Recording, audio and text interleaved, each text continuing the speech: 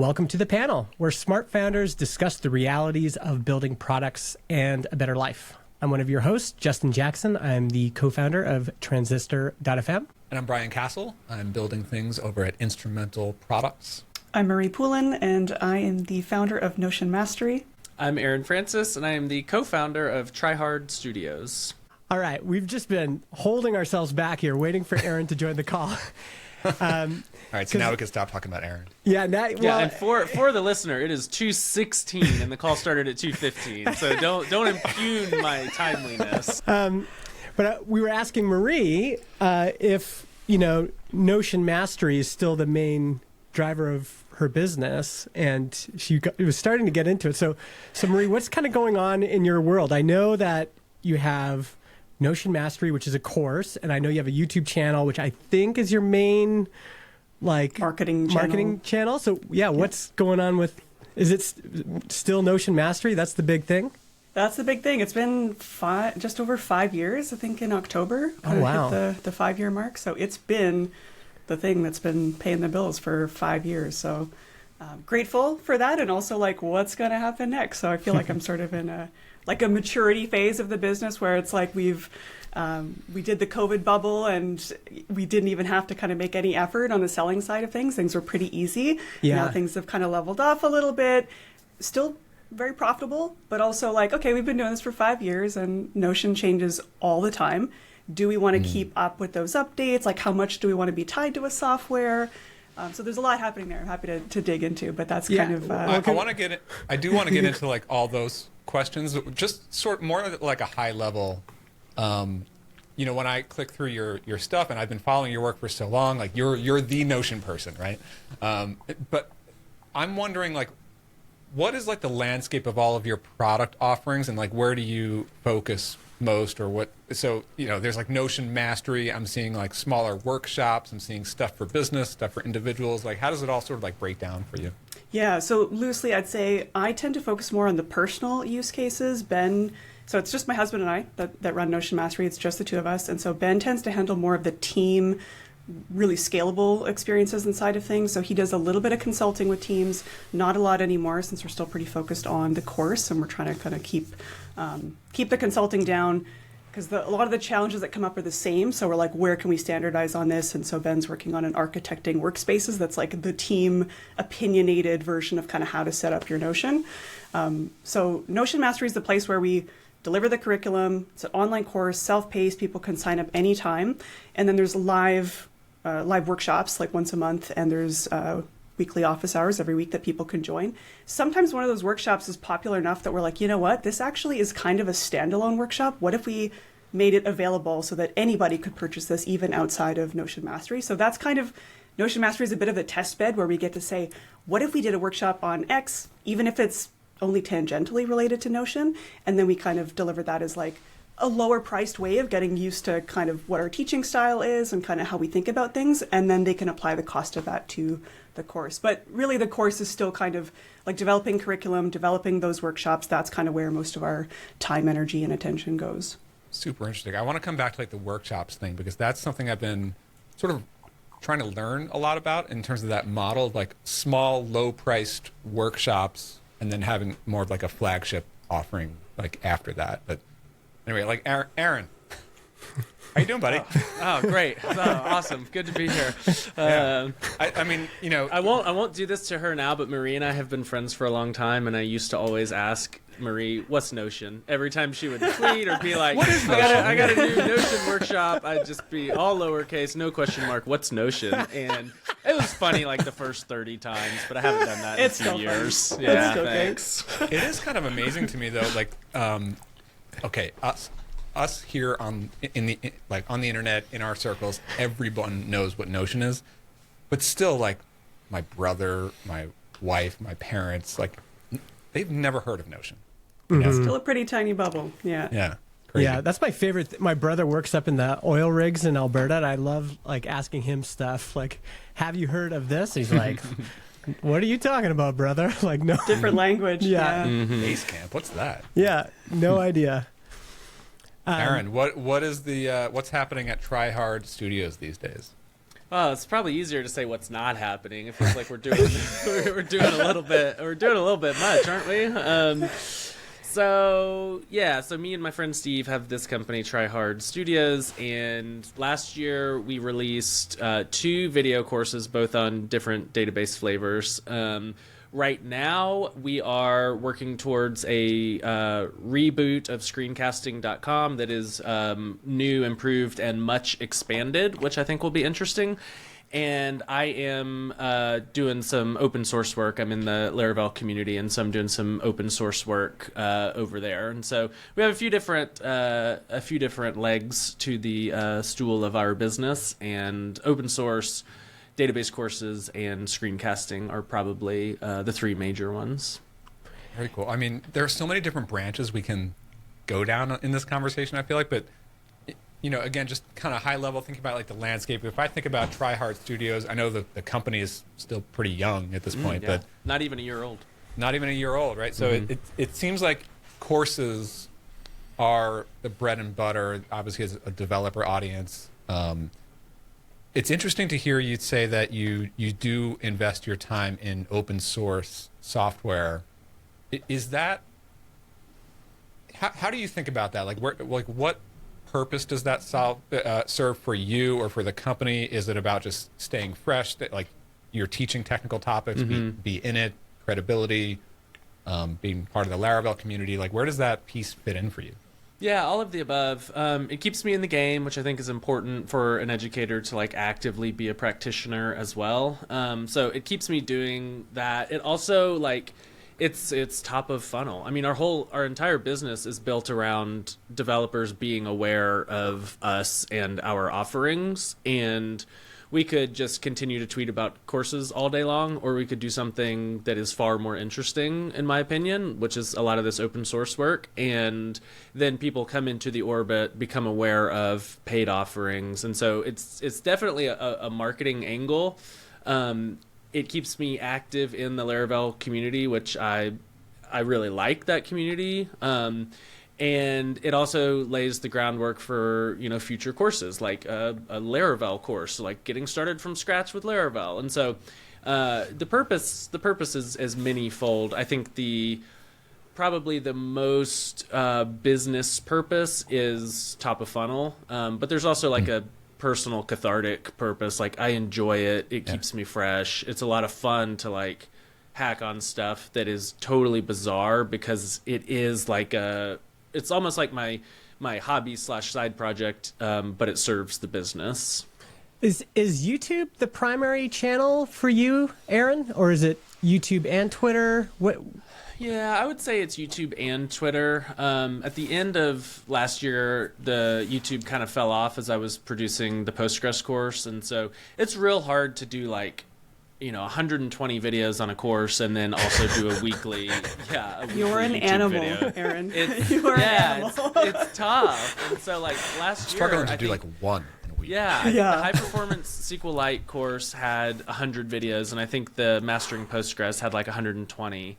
And we did those, back to back within 6 months. And so the YouTube fell off a little bit, but yeah, I would say that YouTube and Twitter are probably the main drivers of purchases to those courses. Yeah, and for you, Marie, we talked about YouTube. Is YouTube the big one, or is there another channel that is working for you? I'd say YouTube's the big one for sure. It's where most people are. It's a search engine, right? They're just always, how the heck do I do this in Notion? And, What's the flow? Like they watch your video, then do they join an email list? Is there free off? Like how do you get people to buy? What's the order there? Yeah, and it's tricky too, because obviously Notion Mastery's at a slightly higher price point, and so usually the flow might be someone watches a video, then they're like, oh wait, this video is helpful, go down the rabbit hole, maybe watch a couple other videos, and then in the descriptions there's always some kind of usually a link to a template, and there's often like, hey, in this video I'm going to show you how I did this, or you can buy the template. So it's either make it yourself, and I'm showing you how to do that, or buy it pre-made for you and that work's already done. So it kind of gives people some options. So there's a combination of free templates, paid templates at kind of different price points, and then people can always apply the cost of the template to the course. Now, of course, the course is like $800. The templates are like $20, $30 and that sort of thing. So it's not it is a big jump to go from, a $30 product to an $800 product. But so the idea is there's lots of free ways for people to kind of serve themselves and get their questions answered before, joining the course. And then those workshops as well. And the workshops are still pretty cheap too, like $39, for, like, we've had some people say, like, that workshop would have saved me months of time if I had done that before. And so it's a no-brainer sometimes for those workshops to kind of get people in the door. Does more of the purchase flow go through the search query? Like, people are searching for Notion stuff? And how much of purchases are people just knowing of you as a personality? Like, how much is, because I'm wondering about Aaron too, because my guess is that for Aaron, more of it's based on personality, but I don't know, maybe there. So for you, Marie, is it more search based? I'm sure it's really hard to even quantify this too, right? And Aaron, I'll be curious, your thoughts on that. But like, there's still lots of people who've never heard of me. I can go on the Reddit, I'll answer questions, and people are like, "Who are the top Notion people?" And like, Thomas Frank will get mentioned, tons of people will get mentioned, and my name doesn't show up in there. Wait, like, no problem. That's totally fine. But send me to that thread, and I will make sure that it gets mentioned. I know. I need to send my I'm going to fellow ask friends ChatGPT there. right now. Who are the top 10 Notion people? So that's another point. We actually get a lot of people in their intake form saying that they searched ChatGPT for Notion courses and they found us. Oh, interesting. So we've been around long enough. We've got enough like SEO juice and kind of enough blog posts on there and notoriety. And we embed our YouTube videos in our blog posts. So I think we've kind of been around the longest. That there's sort of like that search engine juice that we still get from. I just searched. Who are the top 10 Notion influencers? Number 1. Marie Poulin, a prominent Notion ambassador known for her comprehensive tutorials and courses that help users maximize. But maybe it's because you're in Canada that I'm showing up. I wonder if it's still the same. No. This is is just pure, pure ranking right here. You know what's so interesting to me about YouTube right now, and so of the four of us, I definitely have the least amount of reach, right? Like the three of you have much larger audiences and been around longer and developed your audiences more. But what I'm actually seeing on YouTube now, for me with a relatively small audience, especially on YouTube, is that it's like the one platform that seems to work for me to reach totally new people who are interested in the things that I'm building. Like right now I'm sort of like building and pre-launching this like Rails components library, and I've been creating some YouTube videos on it. I have a survey on the site after the early access, and one of the questions is like, where are you finding me? Like all of them right now are coming from YouTube, and these are like new names, like not followers of mine on Twitter, not people who've been listening to my podcast over the years. It just seems like of all the platforms, if you're new or you're building an audience or you're sort of earlier in that stage, it still seems like it's the algorithm that can actually put you in front of new people at like pretty efficiently. Absolutely. Is that how it's working for you, Aaron? Like I said earlier, I think a lot of people are coming to your courses because of you, the personality, but you must be, the algorithm must be helping you a lot in the PHP world. Like I think your first video that really popped that I remember was that it was like PHP is cool again, or maybe it was the that one with the meme where you were looking back. Am I right? Am I in the? Yeah, both of those popped off. I think it was PHP doesn't suck anymore. Yes. And then the other one was PHP on the front end. It was a Livewire video.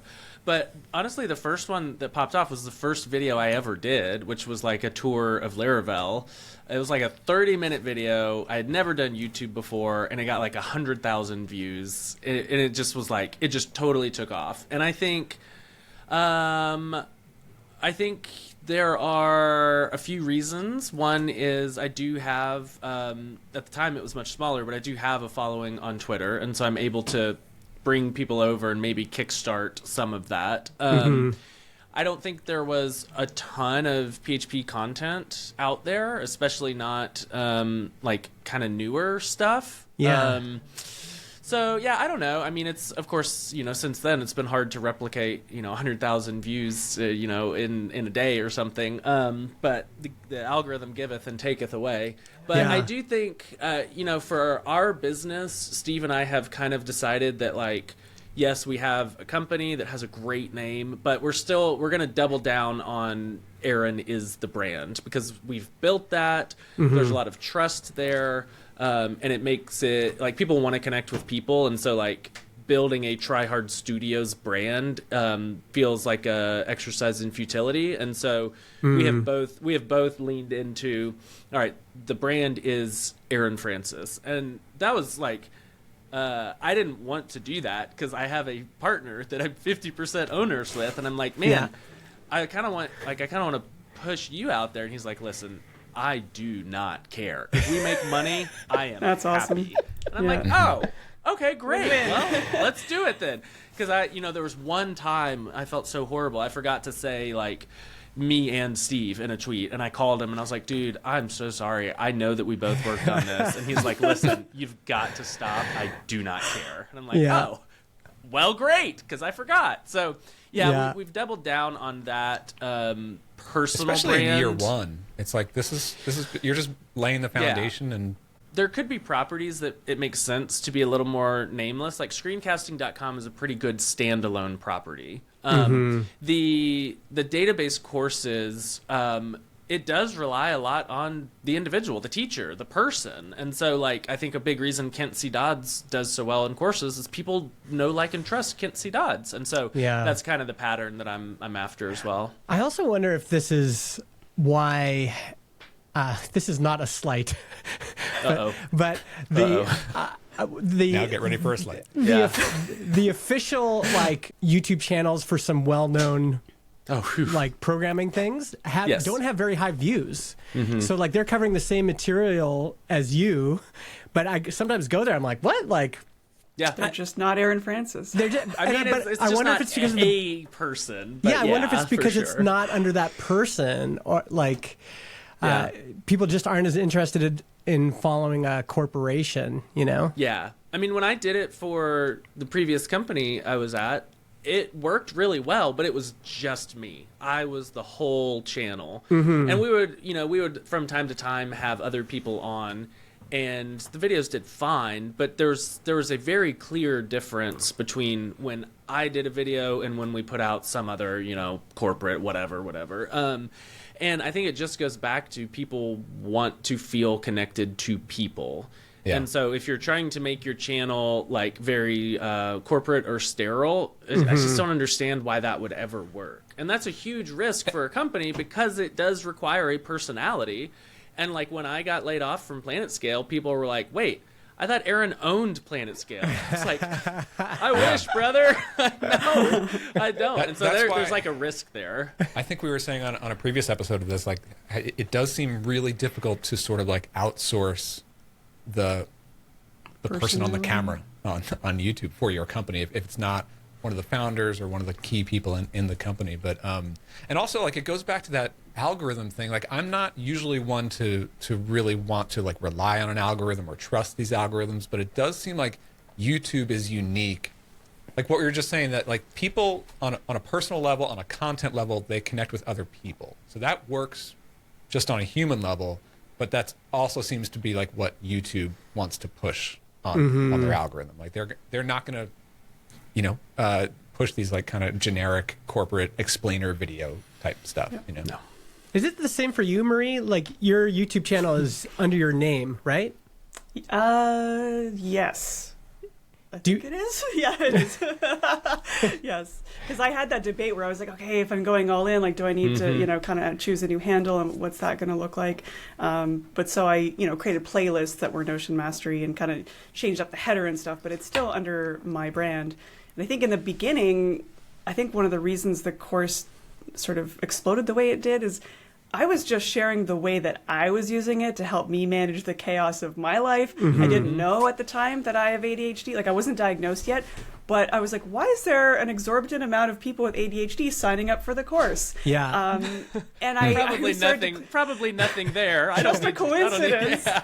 And it was like, oh, there's something about the way that I approach information. And so a lot of my early videos are just me like describing my own personal challenges. I'm like, I might do it this way, or this is just the way my brain works. And I was being really honest about the weird quirks or sort of the way I would approach things, or the fact that I really need visuals for comprehension. So the ability to make my data visual in a way that kind of clicked for me was a very common challenge with other people with ADHD. So I just had this flood of people being like, you get me. Like there was an instant connection where people felt like I was talking about my brain in a way that resonated with the way that they thought as well. And they didn't feel so alone. So I think there was like a personal connection piece there that got made very, very quickly that I didn't realize that that's what I was doing or what was going to happen. But it was just very honest. And people were like, damn, yes, I feel seen. Yeah, that authenticity maybe is like, hard to duplicate, I think. Is that one of those things that like because you've been at this, several years, is that one of those things where you started to like really lean into that angle of your content? Or like, what were some of the things that started to click where it was like, okay, if this becomes more of a part of the workflow or part of the playbook on YouTube, that seems to work? Can you look back on like any milestones where like things started to really click when you did this or that? I mean, definitely getting diagnosed for me was like a massive, like, holy shit, everything clicked into place. Like, even why I chose Notion, why I was really good at it. Like, it was being able to bring my, like, web design, UI, UX background or obsession with design and how things work and workflow. Like, it all kind of made sense that Notion was the right tool for me and my brain.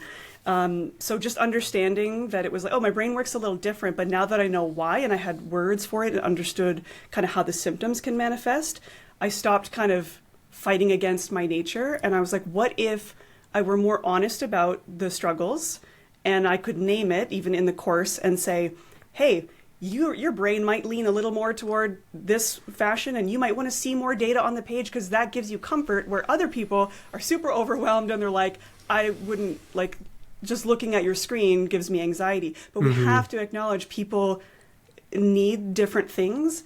And so I brought that into the course to really consider, there's a reason I'm not taking you through one specific journey in this course.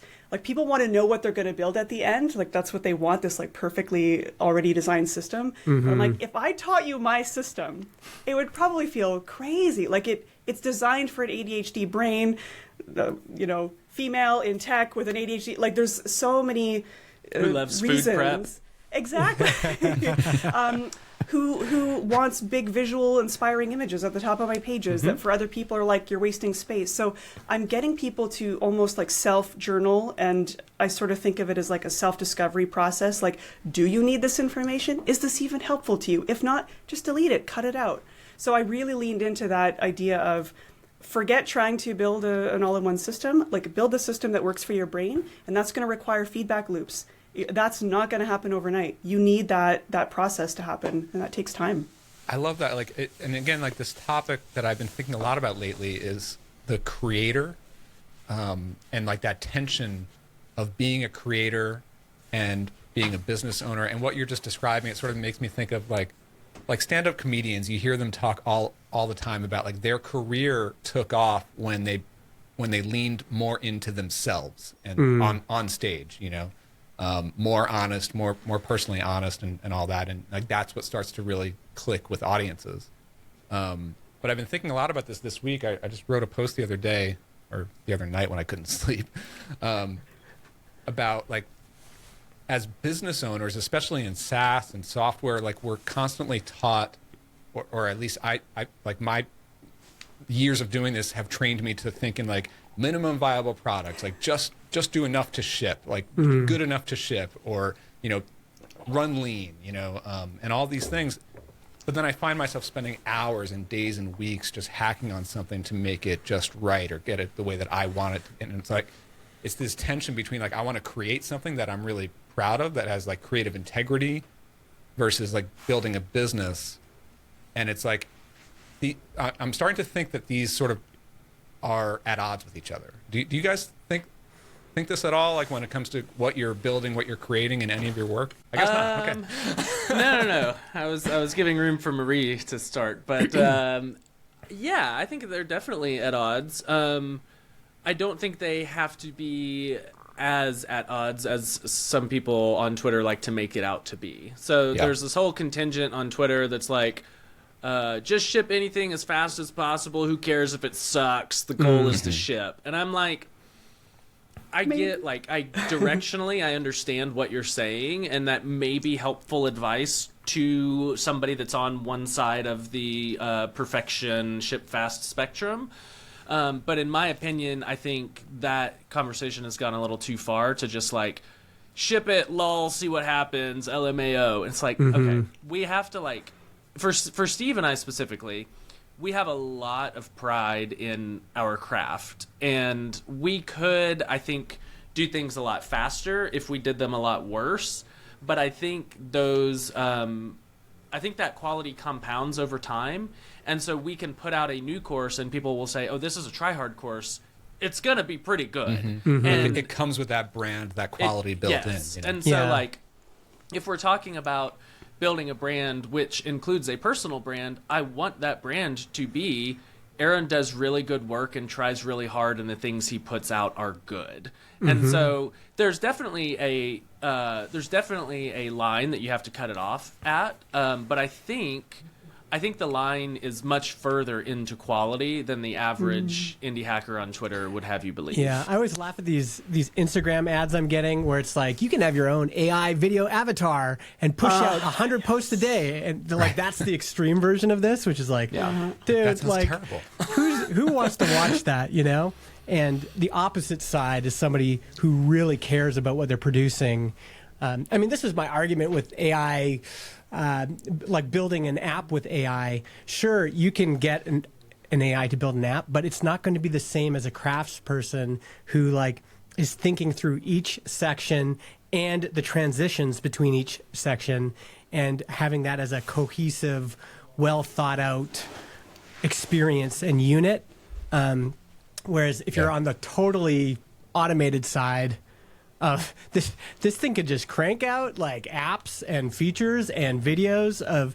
It's like I think people are getting tired of that already, and there's a big difference. It does seem like in this kind of business, whether it's courses or content and YouTube workshops, all this kind of stuff, it's like it's so hard to break through today because there's so many people doing everything, whether it's this or SaaS or anything, and that I think at a certain level, like the creativity and your unique voice and your unique take on it, that's what gets people's attention. Like when I think back to all the years of like when I sort of like tried to like, I don't know, like hammer on some like business marketing funnel versus when I'm just creating something that I think is awesome. Like that's the thing that people start to latch on to, or that I might even be surprised that people latch on to.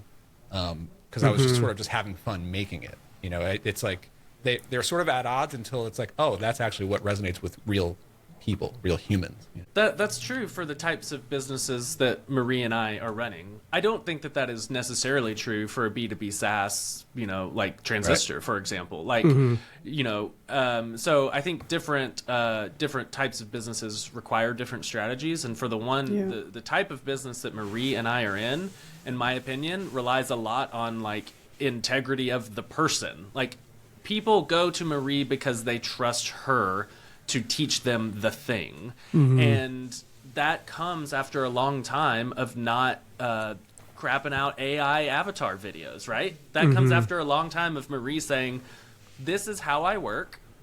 Oops, this didn't work for me. Let's change it. This is how I work now. And people get to be there for that journey. Whereas with Transistor, it's like, you know, you go to Google and you're like, podcast hosting. And you're like, okay, I don't know, Justin. Don't really care. This looks great. I'm going to sign up and use it. And so there are different strategies for different businesses, I think. Although, I keep revising my opinion on this because for a while, like Rob Walling had always said, his personal brand didn't affect his SaaS at all.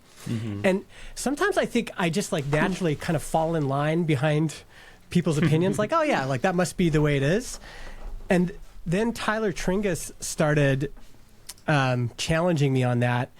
And I started paying attention to these emails we send out, like, why did you sign up? And there's a surprising percentage that say, I've been following Justin's work forever, or I heard Justin on a podcast, or I saw Justin's AMA. And so at least for us, I think like search is definitely a big part of it. But I'm always surprised, like, it might be as high as 20% of people come because of the personality behind the brand. I believe it. And I think that's been downplayed and maybe because everyone likes to say we're not a B2B SaaS or whatever. So maybe that's why, but so maybe you're kind of on that spectrum, but not all the way over to like Salesforce or but something. even then, like we've had government people in the U.S. government that have signed up for their department, and it's amazing how many people are like, it could be something as like, I read your article on Hacker News 10 years ago, and I've just been following your journey since then. So these things can show up all the time. The SaaS thing built on an audience. I get the point. I think it's true to an extent that like personal audience is not going to drive the growth long term for a SaaS or a B2B or even a B2C SaaS. But I do think that folks like you, Justin, or Rob, or any of these like the few people that we know who have an audience and a SaaS, I do think that it's a jump start in the beginning, especially in the first year, that can get you to whatever, 0 to 10, 0 to 20, 0 to 50. Yeah. And that is enough to start the flywheel of word of mouth and search and all the rest of it. I think this is the narrative I'm challenging, though, because I believe that in the beginning, too. Like, our first 100 customers were largely from my audience. But I've just now seen, like, how long have we been around? Since 2018. So now it's, what is that, 6 years? Some number of years that no one can calculate. It's still working. Like, there's still a big percentage. And all of these things are additive. Like, It's like, where do you get your customers? Well, we want to say it's all from search, but really it's like, no, it's this. And these things interplay off each other. So someone could be searching podcast hosting and then see a video with my face and go, I recognize that guy from somewhere, and then sign up because of that. So I think it can be more, again, this is what's so great about this format. I think every situation is different, but for whatever reason, that personality behind the brand, that authentic person is still working for us. And it can work against us too, that some people don't like my opinions on things and probably don't sign up for stuff. But overall, I think it's been a net positive. For both of you, Marie and Aaron, I always like to sort of like peer into like what it's like to work in your business. So like, can you show us around the room right now? Just move the camera. You don't want that. I literally have on my floor out of the frame here, I have probably 20 envelopes that I need to open, like mail. It's just on the floor. Mail is my nemesis. Paper, just no. Yeah, exactly. Oh, is that a tax thing? No, Gosh. No, but I like especially for a creator style business like yours. What does it look like from a routine standpoint, or from a month to month? Like, which projects are you focused on? Because from the outside looking in, I'm picturing a lot of jumping around. Like, all right, we got this course. I'm going to focus on that for 2 months, and then I'm going to focus on the YouTube channel, and I'm going to focus on this workshop, and then this or that. Like, how do you think about like prioritizing projects? This will be fun because I feel like Aaron and I probably work so differently. Again, what's Notion? Yeah. What's Notion? Yeah. Definitely. There's a lot of bouncing around, and certainly like both Ben and I are very much like what is interesting to me in this moment. Like that, it's like a nervous system based, interest. What's catching my attention right now? So we do have to be very careful about being clear. Okay, this month, what is our focus? Okay, we want to revamp these old lessons that have been hanging out. Okay, great. We know that every week we want to hit at least one lesson. So there are some like general targets that we want to hit, and then we sort of have a weekly cadence. So Monday mornings, there's always some kind of sync, and we're checking in this week. What's the one thing that you got to get done this week? What's the one thing I got to get done this week? And we're sort of trying to hold each other accountable to that. And then each day we sort of have like that one thing that we want to get done. Tuesdays, Wednesdays tend to be some sort of content creation, and that might be within the course. So designing the workshop, it might be a YouTube video. I'm super inconsistent with my video creation. Even Notion will have times where they're like in a season of building a feature, and I'm like, it's broken, it's beta, it's not working. I try to record a video, it's broken. I'm like, I'll come back to this because this is just going to frustrate me. So there is aspects of that where I can't always depend on a plan. So I have to be able to kind of pivot week by week, day by day, and that sort of thing. So the flow of the week tends to look similar, but what we're focusing on is generally it's the course or some kind of workshop within the course or some kind of YouTube video, some kind of blog post. Newsletters, again, super inconsistent. I'm happy if I can get a YouTube video and a newsletter out once a month. If I can do that, I'm like, yes, I have made it. Anything more than that is gravy. Yeah. But again, I come back to that, like, you know, you're talking about, like, well, follow where your energy is leading you, or interest or mood, right? But, like, that's, like, actually strategically Yes. the way that this business works, right? It does depend on you and where your mind and energy is at, and that's good for the business, right? Absolutely. Mm-hmm. Yeah. Okay, Marie, we're not that different after all. You know, I expected. But our output is very different. Yes, I expected a lot more. Like, I go to the Notion, I live by the Notion, die by the Notion. It's it's all right.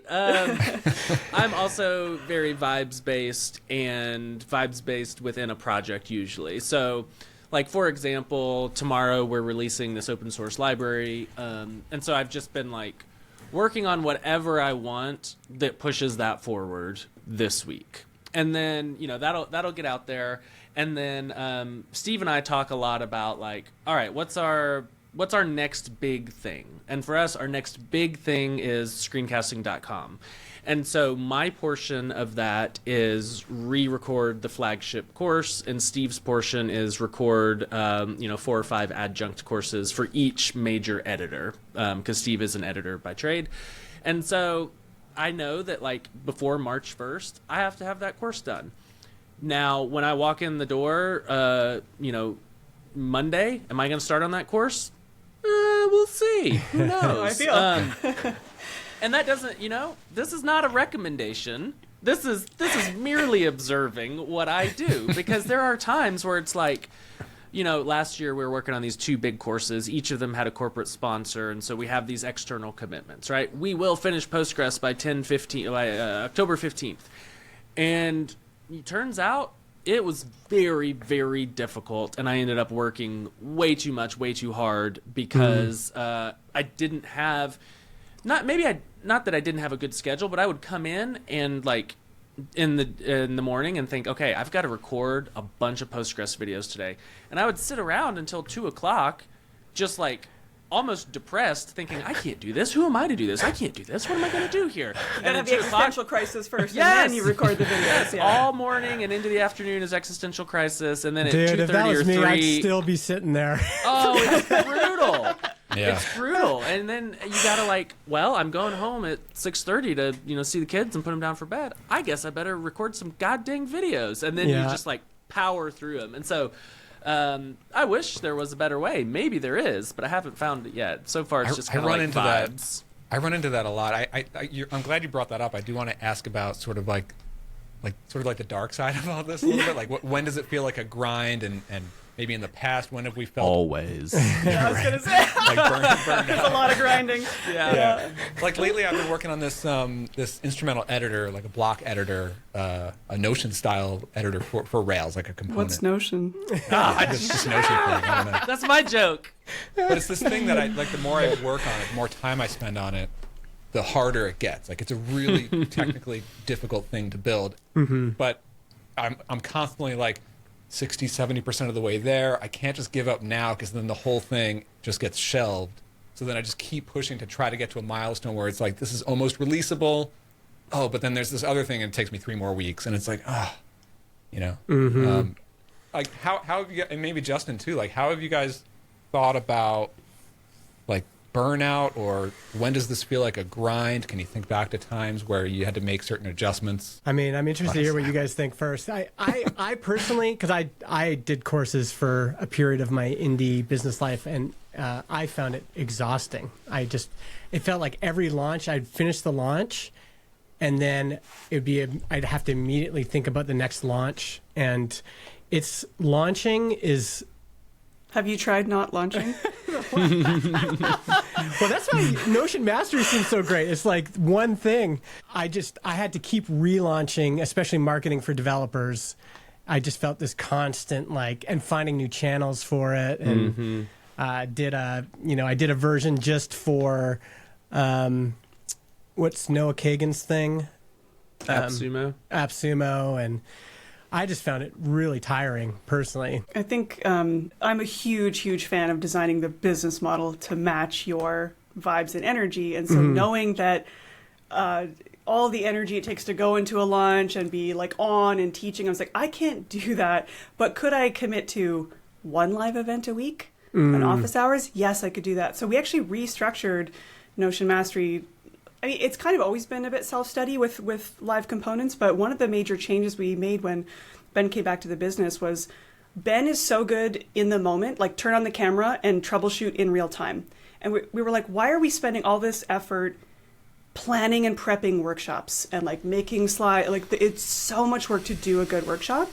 And so we thought, what if we restructure things so we don't have to always do a monthly workshop, but Ben will do a demo day once a month. And like, it doesn't barely need to prepare. All you have to know is whatever new features Notion has launched or whatever, and he can tinker. He's a tinkerer, and he'll tinker in real time, being like, oh, interesting, that seems broken. And people are learning from watching him do that on the screen. So it's like, how can we make use of the most sort of low effort, low energy, but still actually really useful and educational to the other person? And so I tend to take on more of the workshop development. Ben does the demo days, and then that way we're not having to do these sort of like perfectly crafted curriculum. Like the student doesn't need more curriculum to consume. It's like they need to know how to solve those challenges quickly. So we sort of, we ask ourselves, like, how can we make this 10% more fun and take less effort? Like, could we actually be more useful while reducing the workload? There's usually some like restructuring that we can do. So I'm always thinking from like the structure and the model, how could this actually be easier and more fun for both of us and more useful for the student?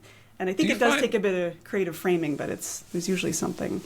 Do you find that, most people come into your ecosystem, like they come for Notion, but then maybe they're staying for community or they're staying for connection with 1,000%. We get that all the time. Like I did not expect what I signed up for sure. I think right off the bat, like one of the projects that we did was a onboarding revamp, because we get people coming in hot. They're coming into it's a year-long program, right? And they're like ready to like get my system ASAP, and then you're like, hold the phone. Like there's a lot of decisions and routine changes, habit changes. Like if you don't have your workflows defined, no new tool is going to do that for you. And so there's this reality check that's very confronting. And so we'd have people join and then they'd panic and leave. And we're like, we need to make sure that the very first touch points of the course are less depressing and less like you're in for a shit ton of work and more like, hey, we're here with you. Thanks for all your money. Get to work. It's very, very confronting. And so I was like, how can we make this more approachable, more fun, treat it like a journey? So we actually revamped that content to talk about what does it mean to approach something with a beginner's mind. You're actually learning adaptive skills and technical skills at the same time, which is super challenging. So how can we make sure that those feedback loops and making mistakes is actually part of the process? Get into an office hours as soon as possible. Like, do not treat this as just like a course you're going to consume behind the scenes.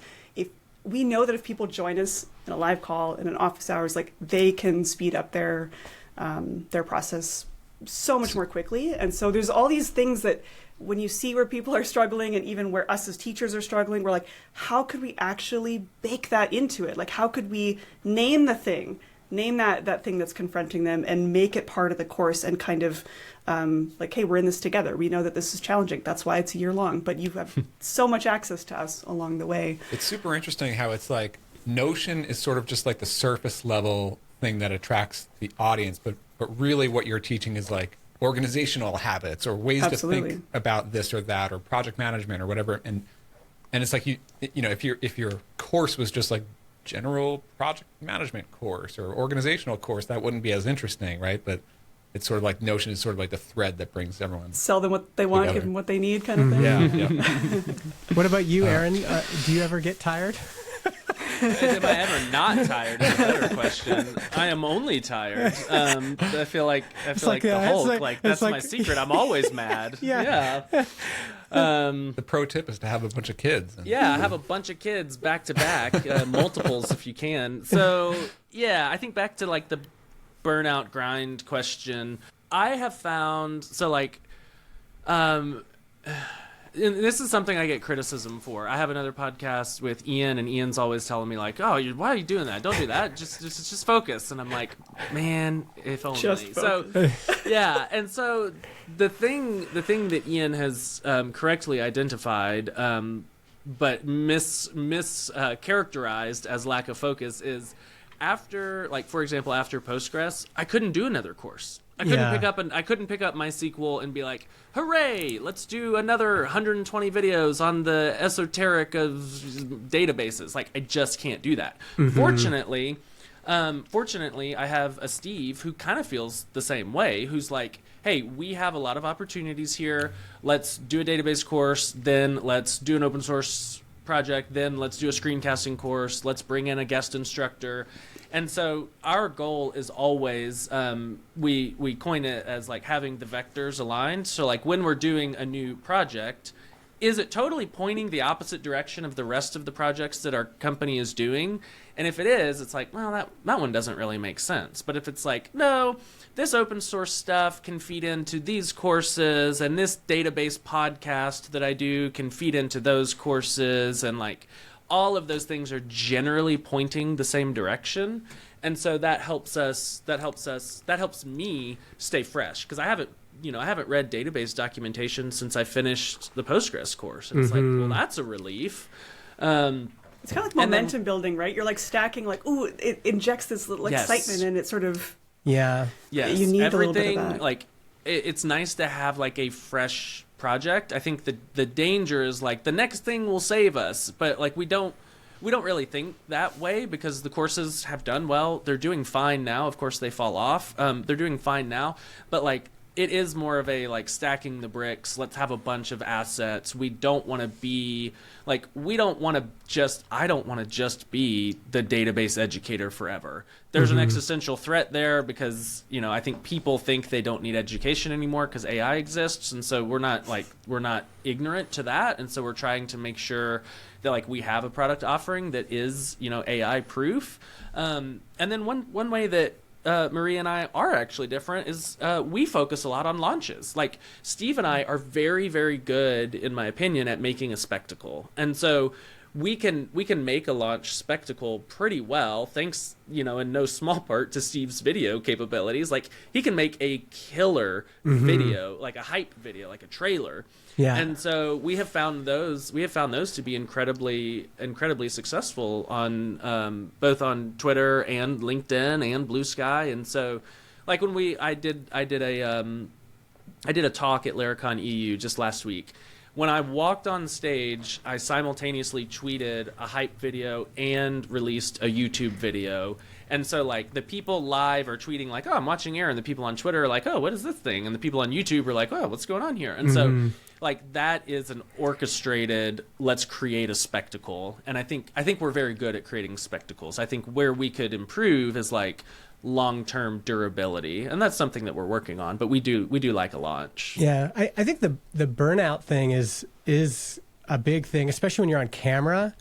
Like I remember I went through a bout of depression while I was having to release course videos, and I just remember thinking like dragging myself in front of the camera and being like, I knew that people were used to this sunny version of myself, and having to like put that on as someone that was not doing good was like probably the hardest thing. Yeah, I think that's like the one thing that's difficult in all of this is like, I'm maybe you haven't felt that, but like sometimes it's hard to get in front of the camera, I find, personally. Oh, yeah. This is why I don't have that many YouTube videos. It's almost always hard. I mean, I recently wrote my 2024 year in review, and it was just like the hardest year of my life. And for many reasons, one of which was 250 database videos. I mean, there were times where I would go home and put the kids to bed and then just sit on the stairs and cry. Like it's not all, sunshine and rainbows. It is very difficult. Yeah.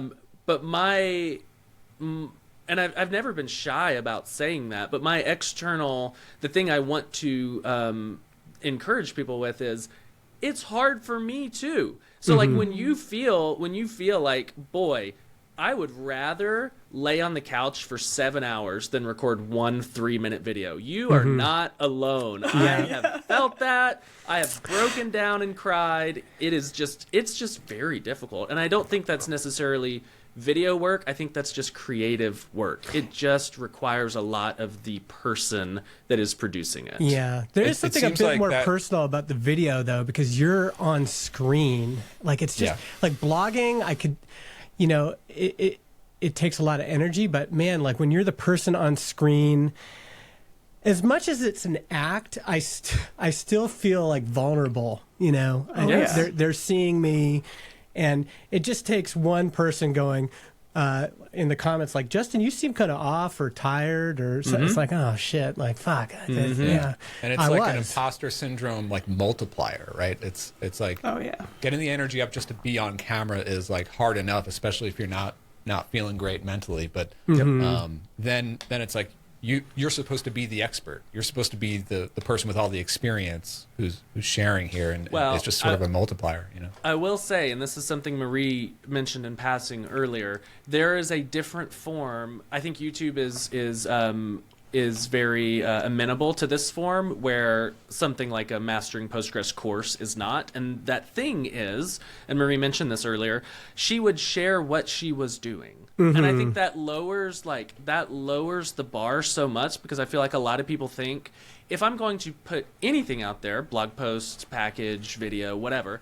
I have to be the expert. And if I'm not, I'm going to pretend I'm the expert because I think that is what is required. And that just creates all this cognitive dissonance, and it creates all of this pressure.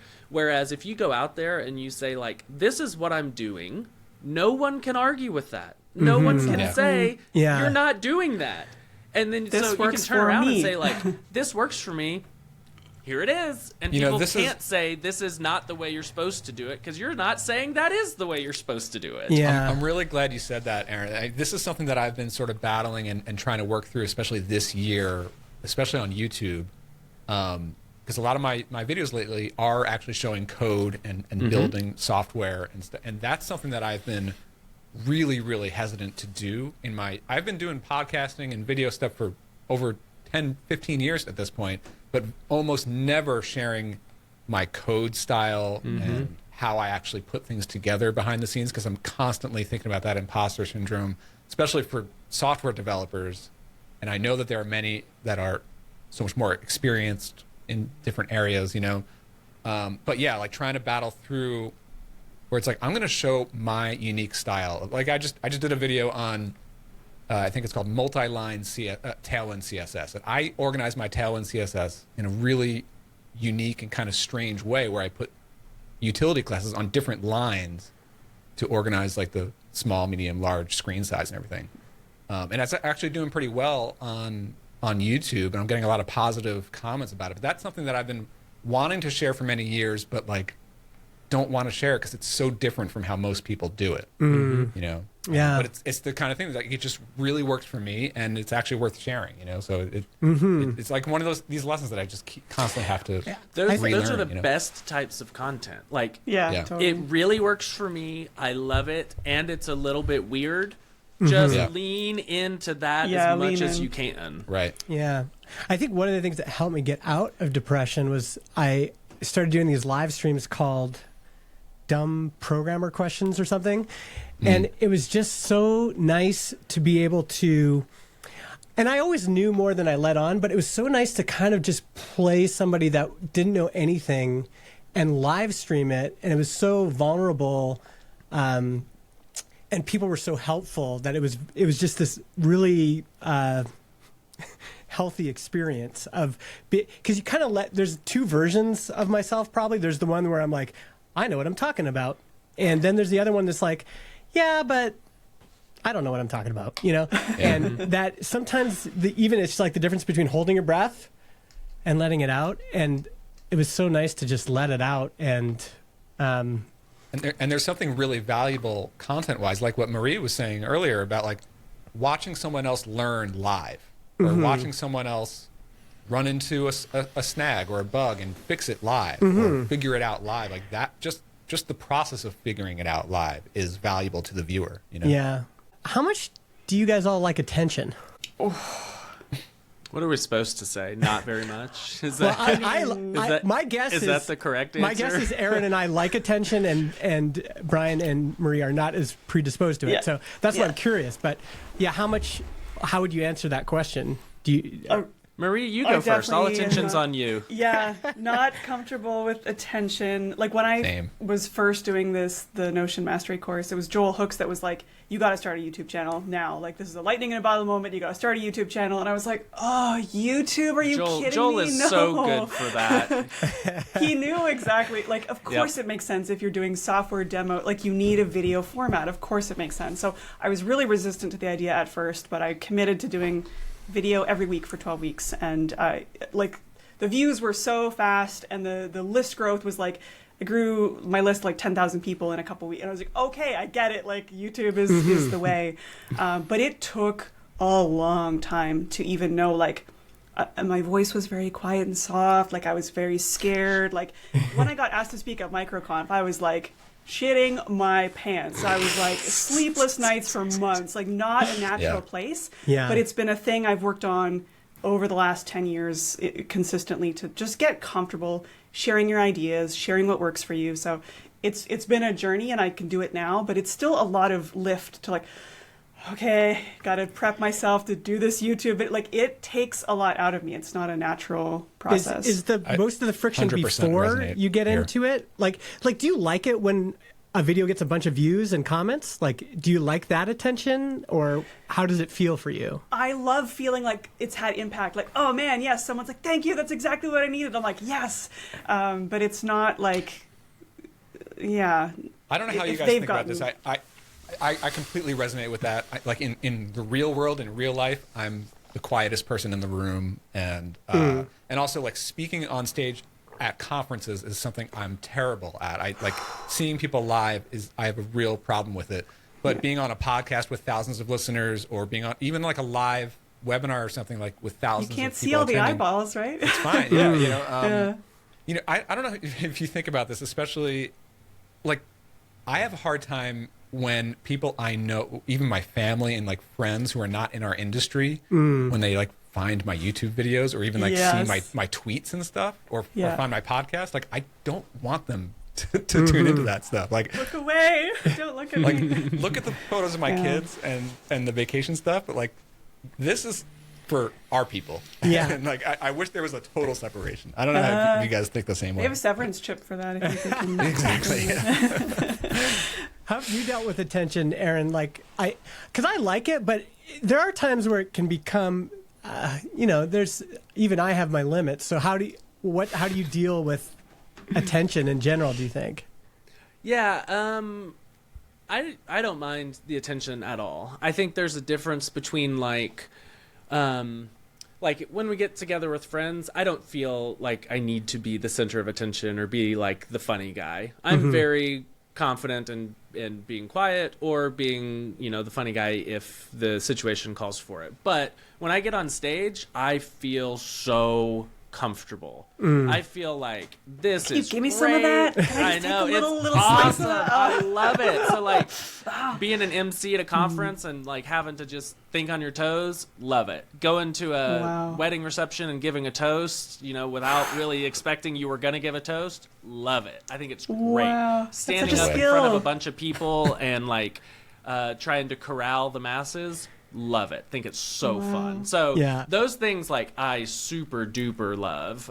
But in terms of wanting to be the center of attention, I don't actually like that too much. I am, in fact, an introvert and would so much rather be alone. Like I would just rather be interesting. alone by myself all the time. But when duty calls, I'm like, hell yeah, let's get on a stage, man. This sounds That's cool. great. Justin, to your question about like how do we feel with the results or the numbers or what we see after publishing something, I think it's like, yeah, I get kind of excited when something I post gets a lot of views or likes or retweets or whatever. Like I think that's good, but it's not so much about the attention. It's about something I created resonated with some other people. Yeah. Whether that's a piece of software, whether it's an idea that I shared in a tweet, or a song I wrote or something that like I created. Like I was excited about it because I created it, so somebody else feels the same. Like that's interesting to me. The audience numbers don't really matter, but from a marketing standpoint, it's nice if it can be distributed, somehow. I think another to thing the right that, people, I think another thing that people that are thinking about doing content that keeps them from doing content is they're worried about the negative attention. Has there been experiences with negative attention that you've had? I mean, definitely when I started my YouTube channel, and like, I don't know if guys experience this, but like you'd often get comments about your appearance as a woman on YouTube and that sort of thing. Like, I couldn't take this video seriously because her hair is ratty, and like just like rude, just like stupid comments. And it took a lot you kind of have to have a bit of a thick skin, I think, when you're on a platform like YouTube. And I do think that sort of thing keeps people from putting themselves out there. But it's like in any business that relies on scale, like you are going to get feedback and you're going to get people that there is no resonance there, or there's the opposite of resonance, but that's important too. Like you do need to kind of repel the people that are not your people. So like to some extent you need a bit of practice, and you need to kind of acknowledge that you almost have to ignore the highs and the lows. You have to kind of like shave off the edges and be like, you're going to get the extreme super fans and you're going to get the people that are just not into you. And like, you kind of have to not let either one kind of impact you too much, so it starts to kind of wash away into a general vibe. I think that's the hardest part, is like if you're putting out content with any sort of point of view, there are going to be people that don't like you. Yes. And I find that difficult. I really want to be liked. And so the people that, when there's that feeling of like these people don't like you, and then also people that are public personalities, there tends to be a lot of meta conversations about you where people are talking about you in a kind of a third person kind of way. Like, that's when you know you've made it. I know, but it's shitty. Exactly. Yeah. Actually, Justin, I wanted to ask you about the same question. Like, how do you think about the things that you put out there? From what I can tell, the content, when it's sort of like either on your personal newsletter or YouTube or something like that, it seems to me, correct me if I'm wrong, it's like you're going for like conversation starters, right? Like you put one out the other day about like AI and software. And like, let's start a debate almost, or let's fire up this conversation. Is that how you think about it? I think it's almost all driven by curiosity, which is hard, because sometimes people think like I'm like creating stuff to get views or whatever, and I'm like, dude, like my stuff is almost anti-popular a lot of times. A lot of people are just not curious about the same things. And some of it's upsetting. I had that realization the other day. I don't know if you guys remember, I was talking about that fluid versus crystallized intelligence stuff, like getting old in 40s. And I was with my sister and my brother and their partners, and we were talking about it. And I think I have a thing with myself. Maybe I don't know what it is, but like it really upsets people to talk about some of that stuff. And I do not have that barometer. Like for me, I'm just like, this is so interesting. Like, why wouldn't we talk about it? Why wouldn't we talk about it? And why don't we talk about how old we are? I couldn't. Nobody wants to talk about that? Weird. It was surprising to me to be in the midst of people and see them like, oh wow, actually this topic really makes people upset. And then it made me second guess maybe sometimes the way I put stuff out there. So a lot of it for me now is curiosity driven. That was like, once Transistor was making money and I could write my newsletter and make videos not because to make money, I found that very just a relief. Like it was so nice to just be able to write more. I almost want to do more of it. Like people still want mostly business content from me, but I want to talk about more stuff, that like people. What's the non-business stuff that you'd like to talk more about? Politics. People don't want to hear me talk about that. Parenting. Yeah, I mean, Justin, like some like meta for this podcast, but like we definitely got to do some episodes like not about business, just talking about what we're into away from the screens. Yeah, I think so. I think so too. But there's limits even to that. But it's nice in a way that I don't really think about it too much. I'd like my email newsletter list to be bigger, but it's just so all over the place that I know why it's not growing. So, yeah. You know, this I think for both of you, Aaron, and especially Marie, like I'm always jealous of folks like you who have these audiences who've been so focused in one topic area for so many years. I mean, I'd imagine that like most of the people on the list for Notion Mastery obviously came in around Notion and something related to that. Like if I think about my email list, it's gone through so many iterations over the years. I've had to like completely nuke my list like multiple times because it's like a totally different audience, or people have dropped off and lost interest. I've had to interest. do that too. Right, because like Notion Mastery was built on my personal email list, but now we have a separate Notion Mastery list. Before that, it was Digital Strategy School. Before that, it was Web Design. It's like I've also gone through several iterations too, and I've always struggled with that. Like, oh, if I start talking about too much Notion now, and these people followed me during this other era, so that's definitely been something I've struggled with over the years. Is like, are they following what I'm up to? And if I start talking about permaculture, like, is that way off in the left field? So I definitely struggle with that too. I mean, like 8-10 years ago, like I was known as like the productized services guy. Like all my content, I had a course on it, and like people were coming in for that, and like web designers and copywriters turned productized services. And like now in the past 5-6 years, like really I'm just mostly talking about software and UI, UX design and stuff like that, and bootstrapping. And like a lot of my audience is like, well, that's not interesting to me. So, which is great because you don't want to get captured, right? You don't want to get captured by your own audience and then do something that you don't want to do because you have a big mailing list. So you feel like you're supposed to. Yeah. That I mean, for me, I just kind of YOLO everything. It's like I want to do this, so I'm gonna do it. And if the audience wants to follow along, that's great. If they want to unsubscribe, that's great. Don't really care, because I have to do this for the next however many years, and I have to want to do this. And so you may have followed me for database stuff, but you know what? We're going to do screencasting next, and then we'll come back to databases. So I love that. Sorry, but this is my life, you know? Yeah. I think that's the one thing that's, because we should wind down here, but I think that's the one thing that's really come out of this conversation is that idea, Aaron, of like the small view is like, yeah, you got to be known as the database guy, but the bigger view is, well, I've got to do this for a long time, and there's a danger of like finishing that Postgres course and then jumping right into another database course for yourself. And I think that advice that's kind of out there is like, no, you want to be known as the database guy. Like when I think about database education, I want to think Aaron Francis. Yeah. And I think the danger in that is that, like I got to sustain this for a long period of time.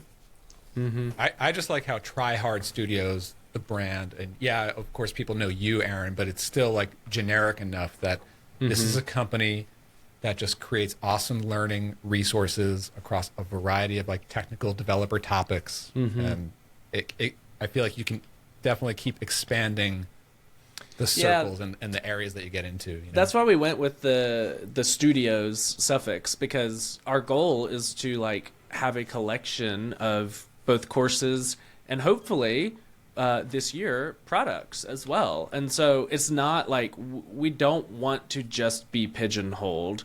We want to like continue to explore, find new things, and exploit. So like we're always out there looking around for new stuff, exploring, and if we find a good one, we'll mine that vein and we'll see what's there. But the fact that like even some friends of ours have had the same business for a super long time, and you can just tell sometimes because they say it out loud, I don't want to do this anymore. Like all the Tuple founders that we really like are like, you know what? I don't want to do this anymore. And you know what? I can't blame them. I feel the same way. Yeah. Like I finish a course and I'm like, I don't want to do this anymore. But the good news for me is we can do anything else we want to do.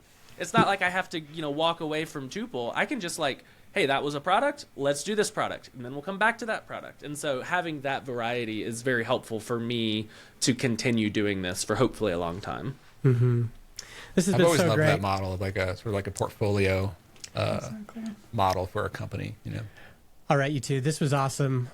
We want to have the people back that have been on the panel. So because this feels very much like we're at a conference, and we're now entering, hour 2 of hanging out at the bar, and like it's the hallway. one in the morning. Mhm. Yeah, Exactly. but thanks again for being on the show.